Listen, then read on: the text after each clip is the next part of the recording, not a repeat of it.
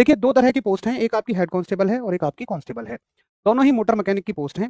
Constable के लिए जो आपको योग्यता चाहिए, वो आपकी एज 18 से 25 होनी चाहिए, 10वीं पास आप होने चाहिए, आईटीआई आपके पास होनी चाहिए। 10वीं पास के साथ आपके पास आईटीआई होनी चाहिए और आईटीआई के साथ-साथ आपके पास 3 इयर्स का एक्सपीरियंस भी होना चाहिए, 3 इयर्स का एक्सपीरियंस।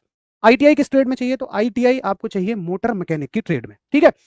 अगर आपके पास आईटीआई या 3 साल का एक्सपीरियंस नहीं है, तो आपका पास अगर डिप्लोमा है वो भी चल जाएगा और वो किस में होना चाहिए? ऑटोमोबाइल इंजीनियरिंग में होना चाहिए।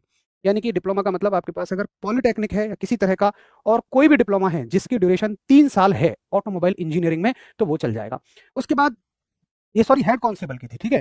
कांस्टेबल के लिए 18 से 25 साल आपकी एज होनी चाहिए, आप 10वीं पास होनी चाहिए और आपके पास आईटीआई सर्टिफिकेट होना चाहिए मोटर मैकेनिक की ट्रेड में ही, या आपके पास 3 साल का एक्सपीरियंस होना चाहिए। देखो मैं आपको बताऊं, इसमें आपके पास 10वीं तो होनी ही होनी चाहिए, ये तो कंप्लीट है ही।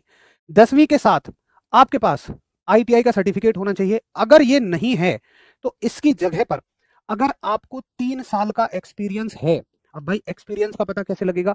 जहां पे भी आपने काम किया होगा किसी कंपनी में, फैक्ट्री में, तो वहां से सर्टिफिकेट बन जाएगा 3 साल का।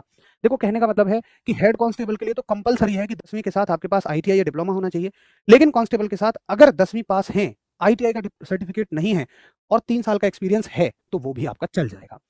योग्यता आप अच्छे से समझ गए होंगे। अब रिक्वेस्ट है मेरी उन सभी साथियों से